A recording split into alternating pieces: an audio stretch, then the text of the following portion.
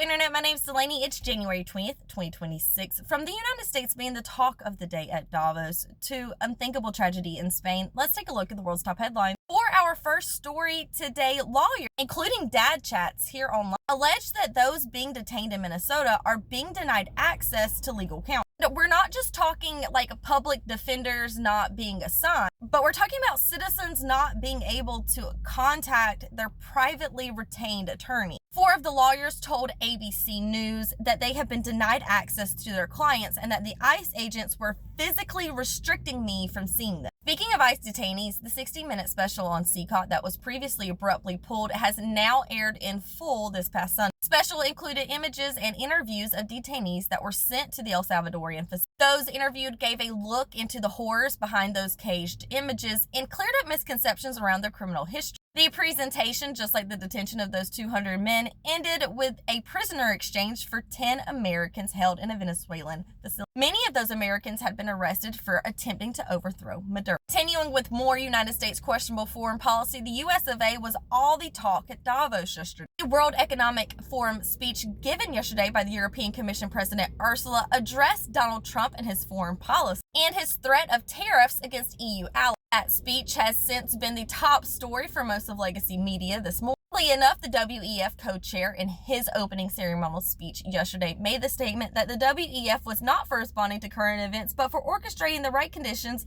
that enable us to move forward. And move forward we do. Iraq says it has completed a full withdrawal of U.S. forces from its federal territory. Iraq's government has announced that the final contingent of U.S. advisors has left the Al-Assad airbase. This dwindling down of U.S. forces in Iraq has been maintained since the Iraqi government called for it in 2023. The U.S.-led coalition running joint operations in Iraq has also retreated. However, forces remain at the airbase in the Kurdistan region. And our last story today is tragedy out of Spain. A train derailed and crashed while it was traveling to Madrid yesterday in Spain. Authorities are still investigating the high-speed crash where more than 40 people lost their lives. However, there has been scrutiny of a break in the track since they began this investigation. Our prayers are going out to all of those in Spain. That is all the stories we have this morning. Peace, love, and hippie drugs, and stay informed.